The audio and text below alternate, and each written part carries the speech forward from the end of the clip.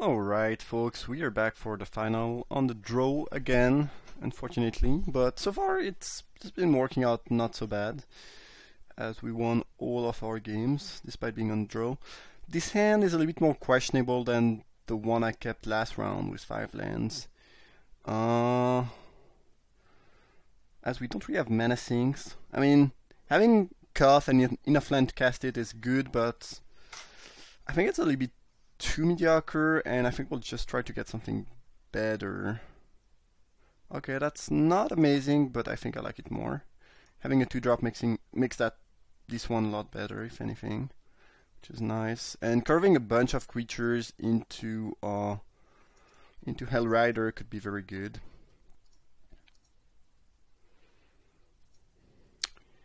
Okay, black-green of some sort. Sultai.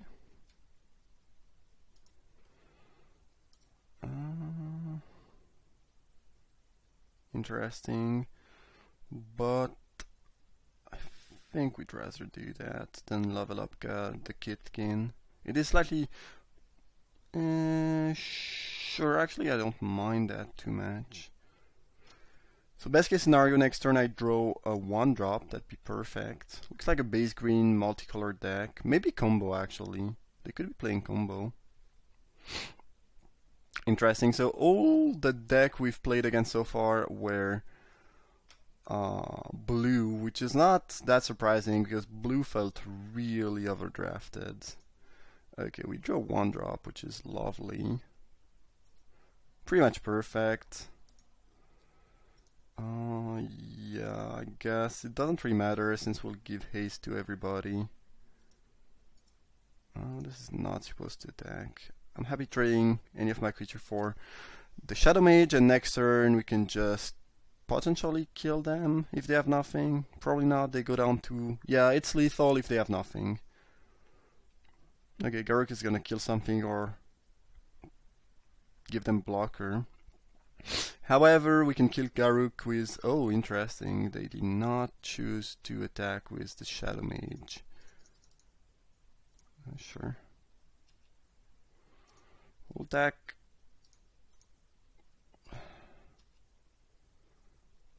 We'll redirect one, and the other one will not redirect, they will block here, go down to 9. And we are in a decent spot. Well, they found a removal for Hellrider, which is not great for us, but currently they cannot afford to attack with their Shadow Mage. They have 1 card left in hand, and next turn we'll just start attacking with everyone. We'll be losing a creature every turn, but I guess they have Hissing Quagmire to block here if they don't have anything else. Yeah, definitely worth it though. So I assume they will animate Quagmire and block Eidolon plus one of the 2/1. It doesn't really matter which one. Take 4 down to 5. Oh, they have something else, a Reinvolt it looks like. Ultimate price, it doesn't matter, they still take 4. And now, do we Firecraft now or not? It is kind of close because I don't really want them to know they are going down to 1. On the other hand, if they draw a discard spell, this is a disaster. And we don't have Spell Mastery yet, so doing that while they are tapped out is probably better, safer. Maybe I should have killed the Shadow Mage actually. Because now if they find a blocker for the Bushwhacker, they can start attacking with that and maybe come back from a pretty bad spot. Yeah. Maybe I should have killed the Shadow Mage. Okay, well, we don't have anything here. We got them down to 1, but if they found a Revolt or anything that lets them start to attack with Shadow Mage, we could end up in trouble for sure. Yeah, them attacking here is really bad news. So maybe the play was to attack Shadow Mage, deal they would be at 3, but the Shadow Mage would be gone, and actually I would have killed them by now. Somehow it felt like dealing 4 to their face was better. Turns out it's not the case. Luckily enough, we drew Chandra, which wins, but I believe the play was to shoot the Shadow Mage. Putting them down to 1 was tempting, but probably not right. Because they go down to 3 if we kill the Shadow Mage, which is still... We take 2 from our Eidolon, that's not a big deal though. But they go down to 3, which is pretty much similar as 1. Most of our burn spell deal 3 or more anyway. And then Bushwhacker would actually have killed them by now. So definitely a misplay that could have cost us the game if we had not top decked Chandra. I think we were pretty much favored to win still, but this was not the right move.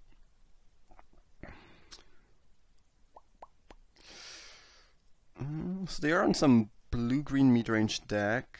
That seems kind of strange. Not sure if it doesn't look like a combo deck as they are playing Huntmaster. No, not Huntmaster, the bad one. Is it the Huntmaster 2? It's not Huntmaster of the Fell, that's for sure, but the Wolfmaster, well, the card they played last turn. So I don't know, looks like blue-green, black mid-range of some sort.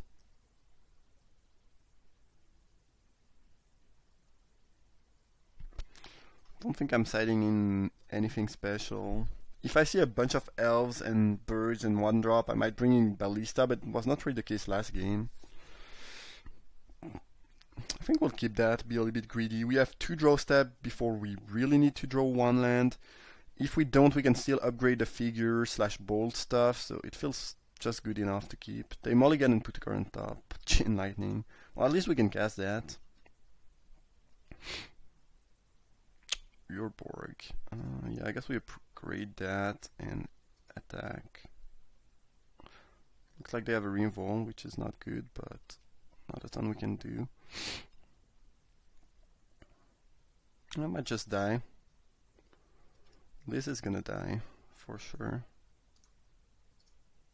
Damn, Urborg is so annoying. Making your mana do weird things. Okay, well, Yevon doesn't have lands either yet. I mean, getting stuck on 1 is a bit rough, but once we'll draw the second land, things will start to unload very quickly. Damn! Stop it, Urborg! This is so annoying. Yeah, I'll definitely... Oh, and they don't have the Reinvolve, sweet.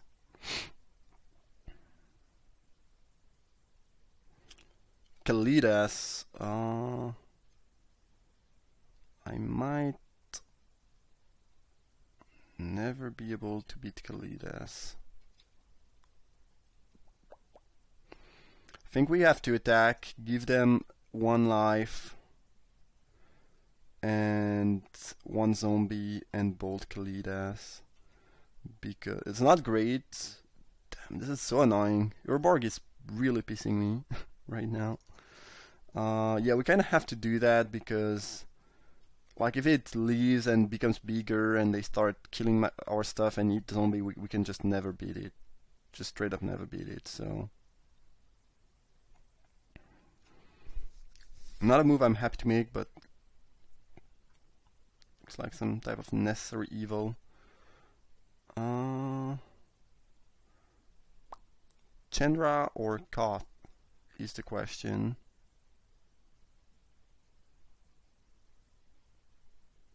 I think right here I like Chandra slightly more.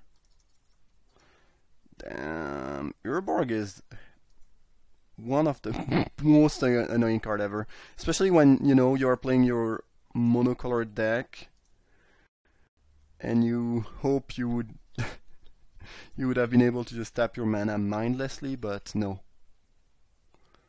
Urborg is there to mess up your day.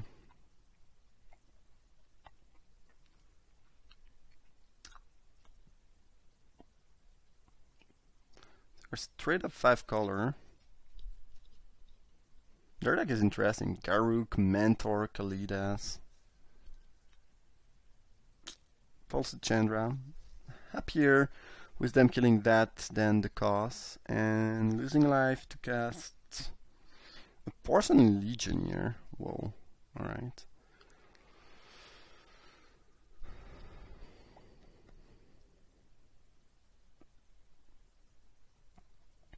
So if we get caught, we can leave Zurgo to block the zombie.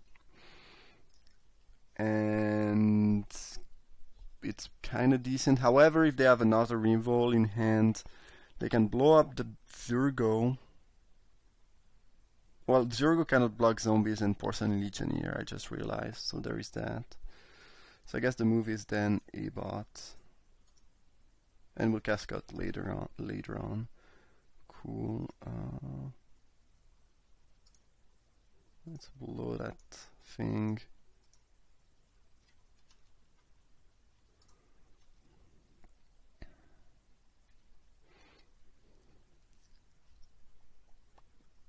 We'll trade my bot if they attack, because having as few creatures as possible on their board when I cast Cost seems like a good idea. Ooh, Treasure Cruise, okay. I got a full grip. We'll be wheeling, probably not next turn, we want to cast Koth first, but we'll be wheeling at some point, I guess.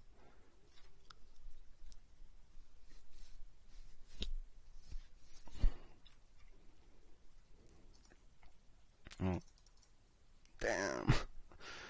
Oh my god, I hate you, Urborg. I hate you more than anything else right now.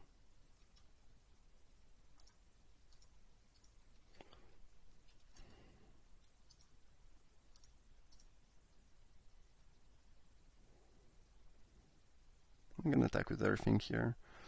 Because if they block here and there, then it means they don't have the zombie, which means Koth is way less likely gonna die.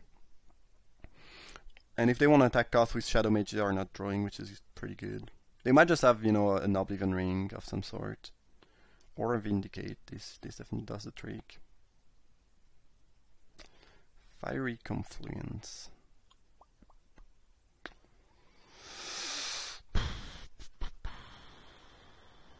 Yeah, I mean, I think we just go for it.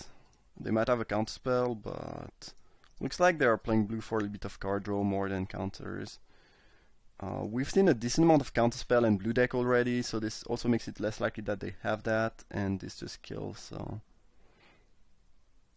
And if they have a counterspell, well, they have one, I mean... Such is life.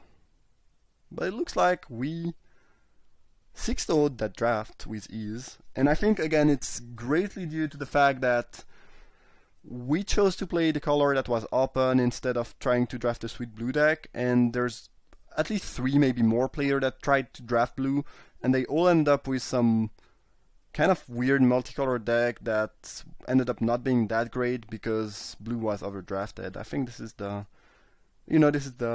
what really happened in this draft and why we got pretty successful, despite losing all the die roll while playing a mono red deck. In any case, that was a draft. I hope you enjoyed it. Thank you for watching, and see you soon for some more cubing, most likely.